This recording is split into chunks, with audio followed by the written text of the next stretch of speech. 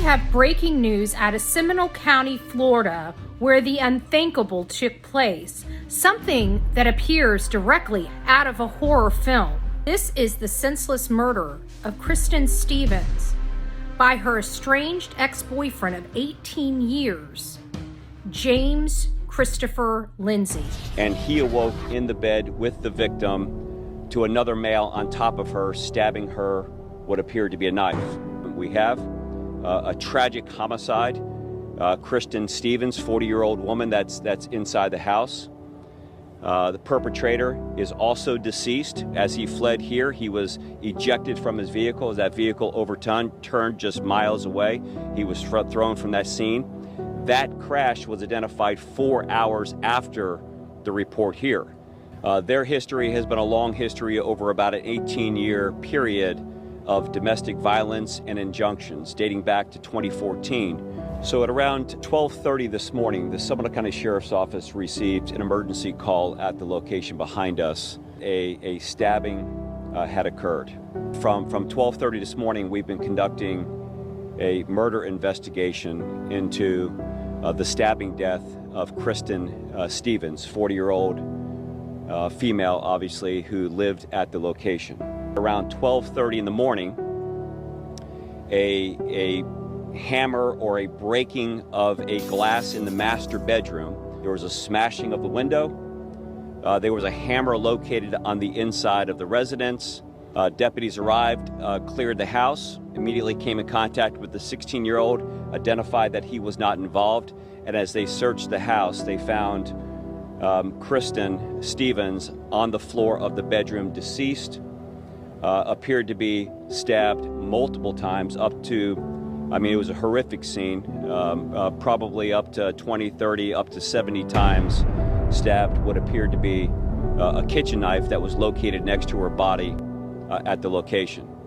It did not take long to find out that the perpetrator was her estranged boyfriend, one that she had a child in common. The 16-year-old is the biological son of both the victim of the crime here, the female victim, as well as the perpetrator of the crime. More recently, on November 6th, the early morning hours of November 6th, she was again a victim of a battery here, climbed on top of her as they were living here together. Ultimately, an altercation ensued, and ultimately he was arrested for domestic violence at the time. A temporary injunction was issued for her protection. A final injunction was issued on November 20th. And a part of that injunction was he was to surrender 21 firearms and all ammunition that he had in his possession, which he complied with. What we know what happened with James is, as deputies were arriving and as the second victim, who has not been identified because of martial law, fled from the area, he also fled in his vehicle, a black Chrysler 300. He left the area, went out of this neighborhood before deputies arrived, ultimately got on Fort Christmas Road, and it looks like lost control of his vehicle in excess of 100 miles per hour, just miles away from here in Orange County.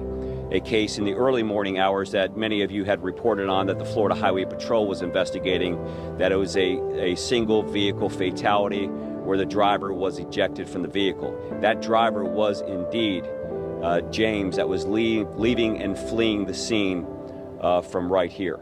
It's likely he was fleeing in excess of 100 miles an hour, was not anticipating that bend, took the vehicle off the road and was ejected from that vehicle. He was located at that scene. What we know about the other unidentified victim right now, who had the one stab wound in his leg, he is being hospitalized right now. He is likely to make a full recovery. He has not been identified because of Marcy's Law. She recently met him through an online dating app. They had built a relationship over the past couple of weeks. They were together last night, and then ultimately, after leaving the gym, potentially having dinner or something like that, he returned back here.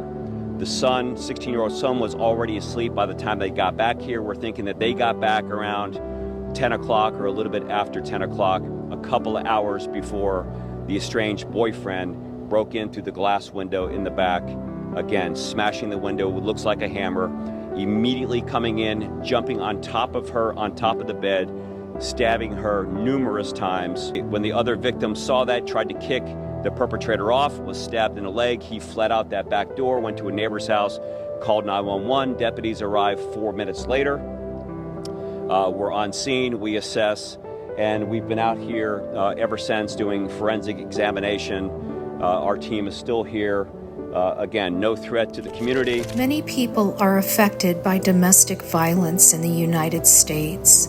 And around the holidays, it seems like so many cases of domestic violence are put on full display for the world to see. This is no different with Kristen Stevens and James Lindsey. If you are in an abusive situation, there is help out there. Please reach out to the National Domestic Violence Hotline at 1-800-799-SAFE or 7233. May you be safe this holiday season, and God bless each and every one of you watching.